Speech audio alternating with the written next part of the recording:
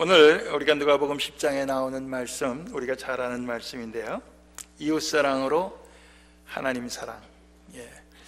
하나님 사랑과 이웃사랑이 어떻게 보면은 서로 하나로 묶여 있습니다. 십자가가 하나로 묶여 있듯이. 근데 우리가 하나님 사랑하는 것이 결국 이웃 사랑에 통해서 나타나고 증명된다고 생각합니다. 오늘 한 율법사, 율법의 전문가, 쉽게 얘기하면 율법의 박사학위를 갖고 또 참 다른 사람들의 그 율법을 가르치는 그런 사람이 예수님을 시험하여 이런 질문을 합니다. 선생님, 내가 무엇을 해야 영생을 얻겠습니까? 이런 질문을 해요. 그는 그 영생을 얻기 위해서 무엇인가 해야 된다, 이렇게 이제 생각을 하고 묻는 것이죠. 예수님께서 그 질문에 대한 대답을 피하시고 오히려 되묻습니다. 그 사람이 율법 박사라는 걸 알고 율법에 무엇이라 기록되었고 내가 그것을 어떻게 읽느냐, 즉 율법에 뭐라고 기록됐냐, 그리고 넌 그 중에서 어떤 것이 영생을 얻는 데 있어서 꼭 필요한 것이라고 생각하느냐, 오히려 예수님께서 맞받아치는 대질문을 합니다.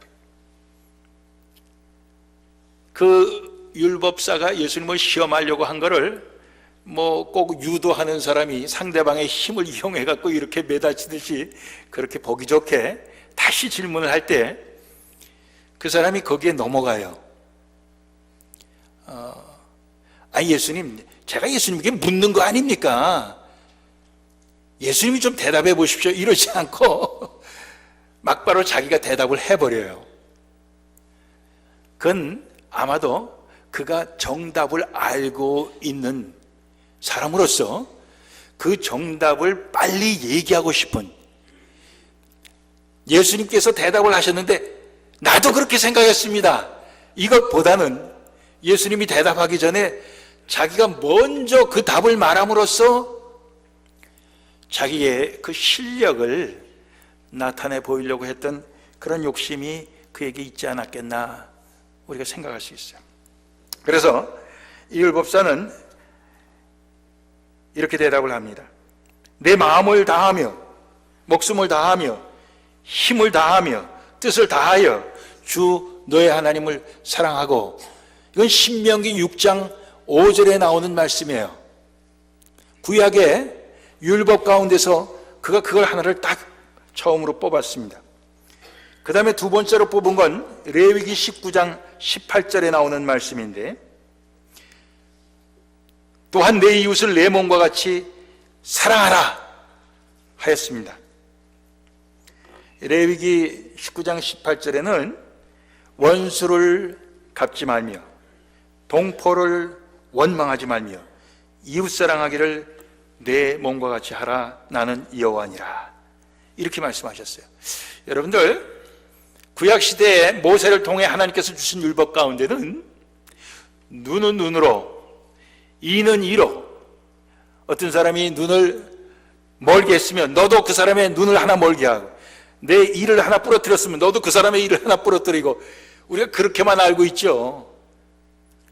원수를 사랑하라 하는 것은 예수님이 오셔서 우리에게 주신 말씀으로 알고 있습니다. 그런데 아니에요. 구약에 이미 레위기 19장 18절 말씀에 내 원수를 사랑하라, 내 이웃을 사랑하라, 그런 말씀이 거기에 있습니다.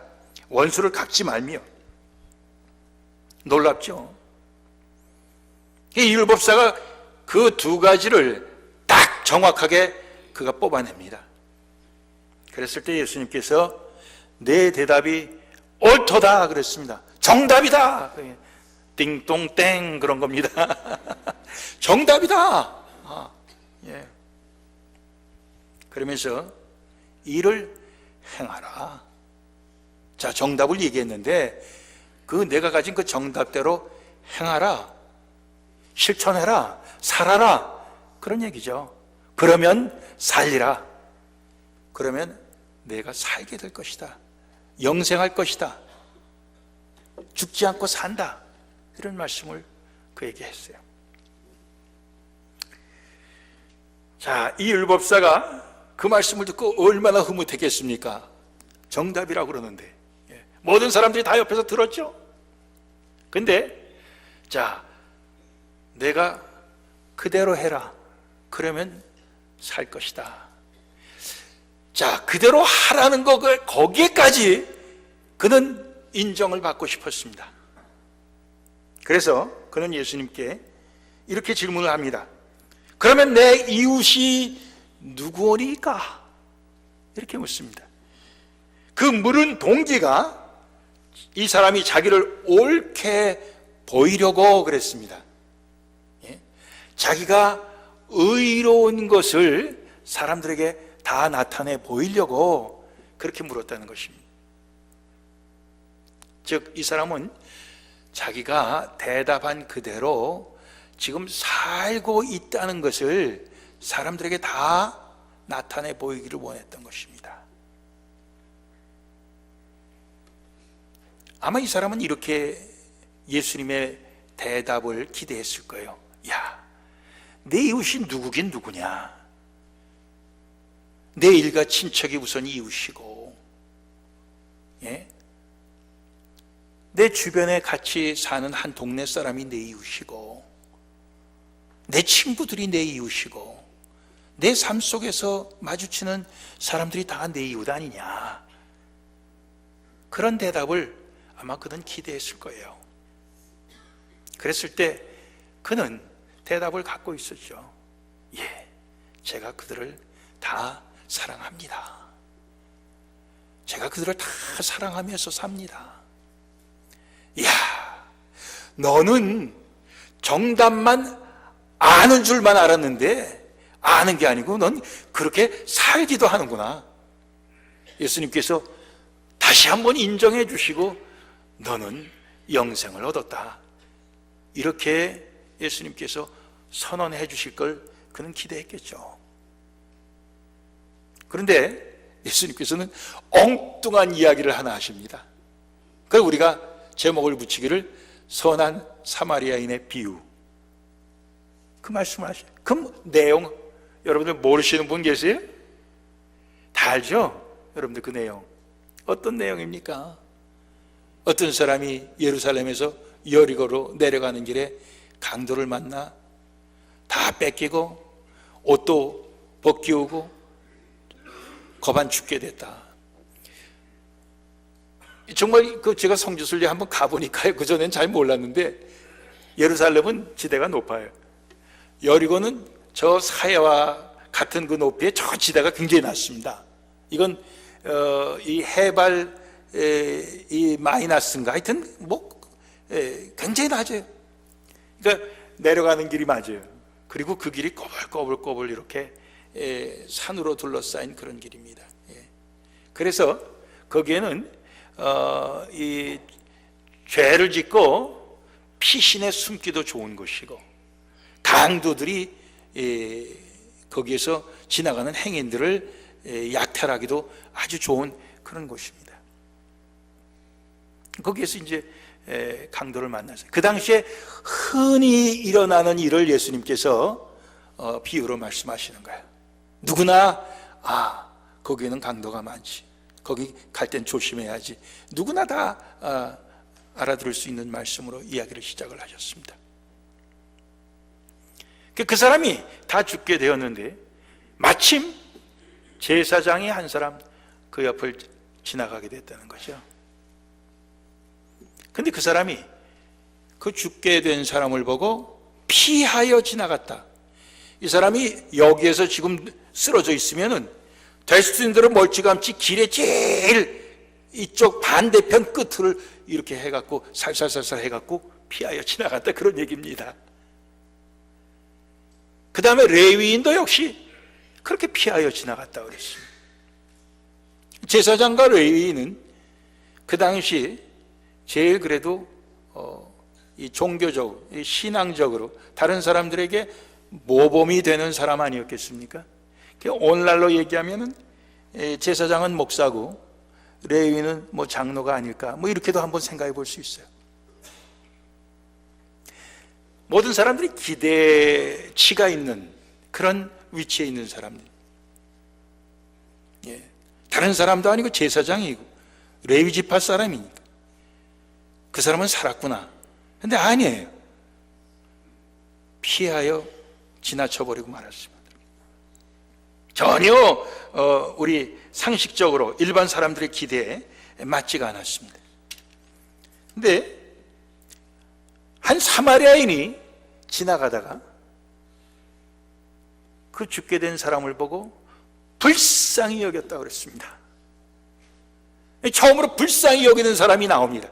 불쌍히 여겨갖고 그에게 가까이 가서 자기가 갖고 다니던 기름과 포도주를 꺼내갖고 그 사람의 상처에다 붓고 바르고 붕대로 싸매고 자기가 타고 온 나귀에다 그 사람을 실어서 여리고에 내려가갖고 거기에 여관에 머물렀습니다. 하룻밤을 그 사람을 간호하고 아침에 그의 길을 떠나면서 여관 주인에게 부탁을 하는 겁니다.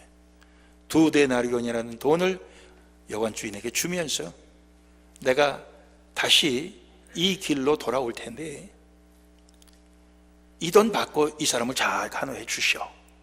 만약 경비가 더 든다고 하면은 내가 돌아올 때 그것을 당신에게 갚겠소. 이렇게 얘기하는 거죠. 자, 예수님은 엉뚱하게 이런 비유의 말씀을 말씀하셨습니다. 그리고는 그 율법사에게 다시 묻습니다. 내 생각에는 이 세 사람 중에 누가 강도 만난 자의 이웃이 되겠느냐, 이렇게 물어요. 자, 그건 뭐라고 대답해야 됩니까? 그 마지막에 지나갔던 사마리아 사람입니다, 이렇게 대답해야 되는 거죠. 제사장도 아니고 레위인도 아니고 그 사마리아 사람입니다, 이렇게 대답해야 되는 거예요. 근데 그가 어떻게 대답했습니까? 자비를 베푼 자니이다, 이렇게 대답했어요. 자비를 베푼 자니이다. 여러분들 왜 그렇게 대답했는지 아십니까?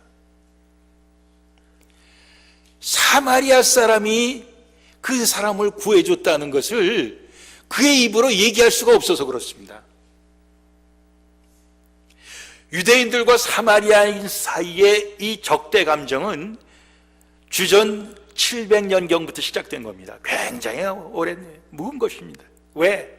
아수르의 북왕국이 망하면서 아수르 정책은 나라를 점령하면은 거기에서 일부 사람들을 빼내갖고 다른 점령지에다가 거기다 살게 하고 또 다른 점령지에 해갖고 사람들을 빼서 다른 쪽으로도 막 이렇게 섞는 정책을 했어요. 그래서 이 북왕국에 살았던 사람들이 일부는 다른 데 끌려가서 피가 섞이게 되고 남아있는 사람은 다른 데서 온 사람들로 피가 섞이게 돼갖고 순수한 유대인의 그 혈통을 그들은 지키지 못하게 됐습니다. 그래서 유대인들은 그 사마리아 사람들을 혈통이 순수하지 않다고 해갖고 그들을 멸시했고 나중에는 서로 원수가 된 것입니다. 그런데 하필이면 예수님께서 사마리아 사람이 그 죽게 된 사람을 구원해 줬다, 이렇게 말씀하시니까 사마리아 사람입니다, 이렇게 그는 대답을 할 수가 없었던 거예요.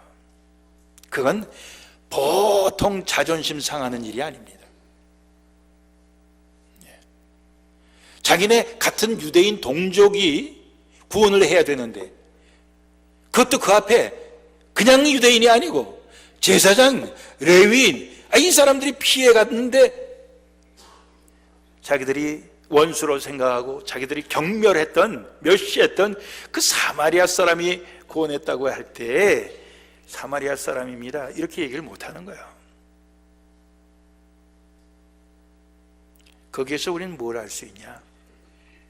이 율법사가 만약 사마리아 사람이 강도를 만나서 죽게 되었으면은 절대로 그를 구원하지 않았을 거다. 그런 암시가 그 속에 들어있는 거예요. 근데 유대인이 죽게 됐는데 사마리아 사람이 구해준 겁니다. 주님은 아주 짓궂게 그런 비유를 말씀을 하시는 거예요.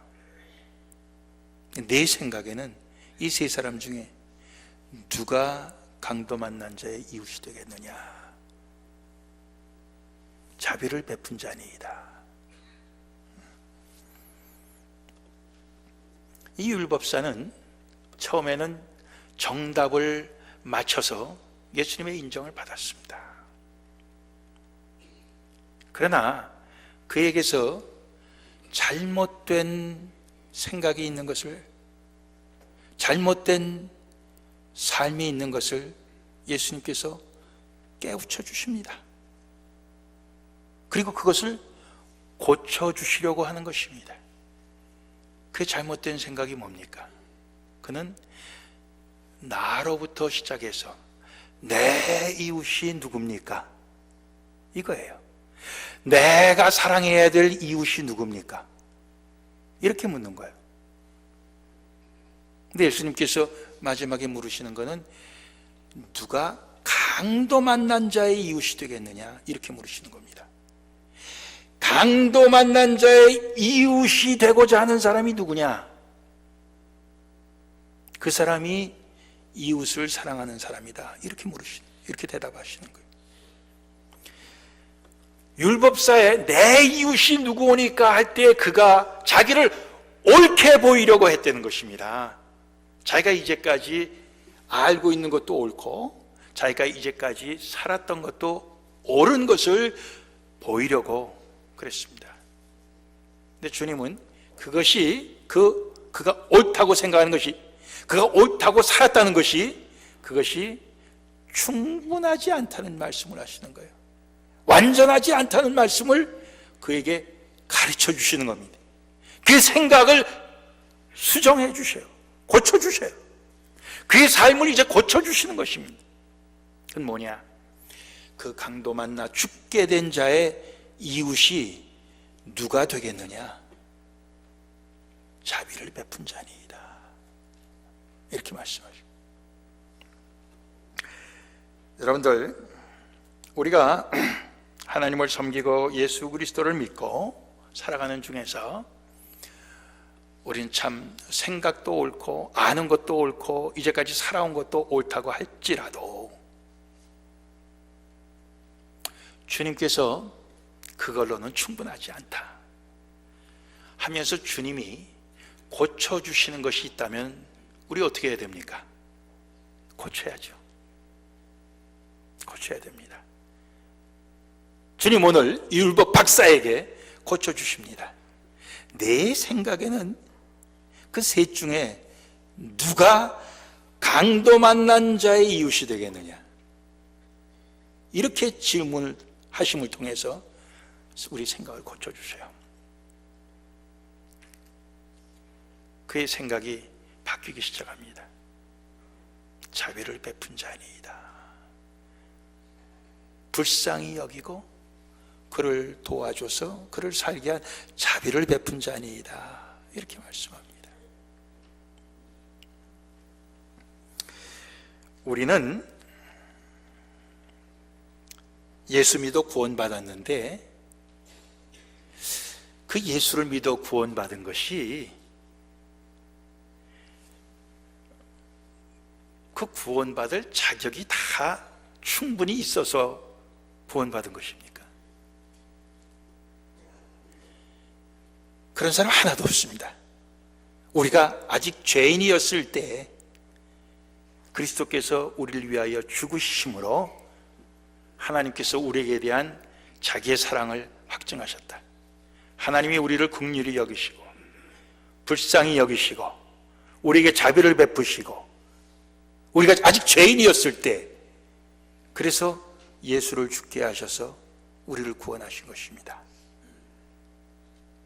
우리가 주님의 자비를, 그 긍휼하심을 받았기 때문에 우리가 예수를 믿고 구원받은 것입니다. 근데 우리는 때때로 그걸 잊어버려요. 잊어버리고 우리는 주님의 자비 때문에 구원받은 게 아니라 나는 구원받을 충분한 조건과 자격을 갖췄다고 우리 때때로 착각합니다. 그럴 때 우리가 다른 사람을 사랑하고 다른 사람을 불쌍히 여기고 자비를 베푸는 그것이 결국은 내가 누구를 사랑할까? 내가 누구에게 긍휼을 베풀까? 전부 내가 내 마음에 드는 사람, 우리 그렇게 생각합니다. 율법사가 그랬듯이 우리도 역시 마찬가지예요. 근데 주님은 오늘 우리에게 달리 요구하시는 겁니다. 강도 만난 자의 이웃이 될 사람이 누구냐? 이렇게 물으시는 거예요.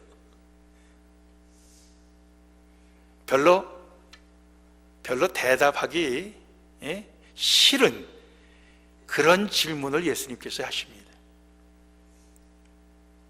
오늘 우리 2014년도 또 우리 남은 모든 삶을 살아가는 동안 주님은 계속해서 우리에게 그렇게 물으실 것입니다. 야, 이 죽게 된 사람, 강도 만나서 죽게 된 사람, 또 예수를 몰라서, 아직 예수를 알지 못해서, 예수를 믿지 못해서 죽게 된 이 사람, 이 사람에게 긍휼을 베풀 사람이 누구냐? 이 사람을 사랑해 줄 사람이 누구냐? 이 사람을 구원해 줄 사람이 누구냐? 우리의 삶 속에서 주님은 계속해서 이 사람, 저 사람, 이런 강도 만난 자와 같은 사람을 갖다 붙이시면서 우리에게 질문하실 것입니다. 우리에게 도전해 주실 것입니다. 그때 우리는 어떻게 하겠느냐? 교회 안의 삶 속에 안주하여서 제사장과 레위인이 피하여 지나갔듯이 그저 피하여 지나가겠느냐? 그렇지 않으면 우리도 불쌍히 여겨서 우리의 가진 것 다 최선을 다해서 그를 살려주고 정말 자비를 베푸는 자가 되겠느냐? 이제 우리의 결단이에요. 그래서 예수님께서 마지막에 그 율법사에게 이렇게 명령하십니다. 가서 너도 이와 같이 해라. 명령입니다. 가서 너도 이와 같이 해라. 그 율법사가 그렇게 했으리라고 저는 기대해 봅니다. 항상 긍정적으로 가서 그렇게 했으려. 그날 아마 그는 엄청난 삶의 충격을 받았을 것입니다. 이제까지 그가 옳게 알았다고, 옳게 생각했다고, 옳게 살았다고 믿었던 그 모든 것이 사실은 그 근본부터 흔들리는 것을 경험했을 것입니다. 자비가 없는 지식, 자비가 없는 행동, 그 모든 것이 결국은 무엇입니까? 자기를 옳게 보이려고, 자기를 과시하려고 그 목적 하나였던 것이에요. 주님은 오늘 목적을 어디에 두십니까? 죽을 사람을 살리는 데 두시는 겁니다. 그럴 때 거기에 참 우리를 향해 베푸신 예수 그리스도 안에서의 그 하나님의 긍휼이 거기서 증명이 되는 거예요. 사마리아인이라고는 순수한 유대인 혈통이 아닐지라도 그는 하나님의 긍휼하심을 입은 자로서 긍휼을 베풀 수가 있었던 것입니다. 오늘 우리가 그러한 긍휼로 살아야 됩니다. 세상 사람을 다 우리가 구원할 수는 없을지라도 주님께서 우리의 가는 인생 여정 가운데 이런 사람들 부딪히게 하십니다.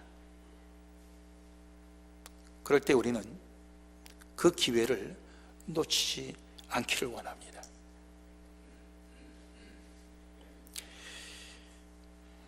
기독교 윤리실천위원회 대표이신 손봉호 박사님이 한국 교회의 세 가지 고쳐야 할 점, 이런 걸 얘기하시는데 그 중에 하나를 우리 교회를 너무 강하게 주장한다, 그 말씀을 지적을 하시더라고요. 그저 하나님이 무엇을 원하시건 그건 관계없이 그저 우리 교회만, 그것이 오늘 한국 교회의 문제점 중 하나라고 그렇게 말씀을 하시더라고요. 우리 이웃만, 우리 그렇게 생각할 수 있죠. 우리 교회만, 그것이 더 작게는 우리만 늘 같이 교제하는, 늘 자주 만나고 늘 식사 같이 하고 하는 우리끼리만, 우리 사랑합니다. 물론 그것도 훌륭해요. 그렇지만 그것이 충분하지 않다는 것을 오늘 우리 말씀을 통해서 깨달아야 됩니다. 제사장과 레위인이 피하여 지나가는데 그 제사장끼리, 레위인끼리, 그들끼리는 얼마나 사랑했겠습니까? 그들끼리는 얼마나 사이가 좋았겠습니까? 그러나 그들은 이웃사랑을 하나님 원하시는 수준으로는 하지 못했다, 이것이요. 오늘 우리가 그것을 알아야 됩니다. 그렇던 장로교회, 우리가 다니는 교회, 좋은 교회죠. 그렇지만 우리 교회만 주장해서 안 됩니다. 옆에 있는 교회들이 다 좋은 교회, 다 부흥하는 교회, 다 정말 세상에 빛이 되는 그런 교회가 되기를 우리는 간절한 마음으로 바라야 되는 것입니다.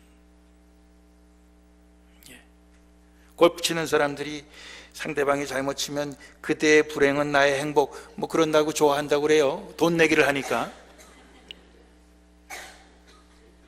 우리의 신앙생활이 그런 수준이면 안 될 거라고 생각합니다. 그렇죠? 배려해야 돼요. 배려해야 됩니다. 다른 교회, 또 무엇보다도 배려해야 될 사람은 강도 만난 사람처럼, 세상에 불행을 당한 사람, 또 믿지 않아서 아직 영적으로 방황하는 사람들, 그 사람들에 대한 우리의 배려와 관심이 있어야 되는 것입니다. 그럴 때 주님은 우리를 제대로 이웃 사랑하는 사람으로 인정해 주시고, 그럴 때 그것이 하나님을 마음을 다하여, 뜻을 다하여, 힘을 다하여, 목숨을 다하여 사랑하는 것으로 인정해 주시고, 그럴 때 우리는 살리라, 그리하면 너희는 살리라, 이렇게 말씀하시는 것입니다. 우린 다 살아야 됩니다. 주님께서 살리라, 영생하리라 한 말씀대로 우린 다 살고 또 영생해야 됩니다. 어떻게 해요? 하나님 사랑, 이웃 사랑 함으로써.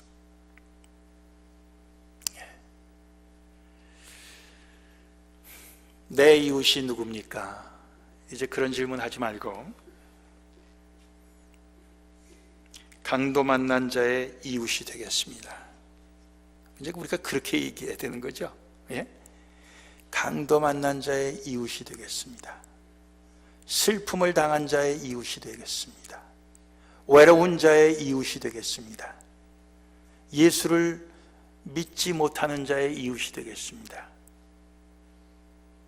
오늘 우리의 고백이 되고 또한 우리의 삶이 되시기를 원합니다. 기도하겠습니다.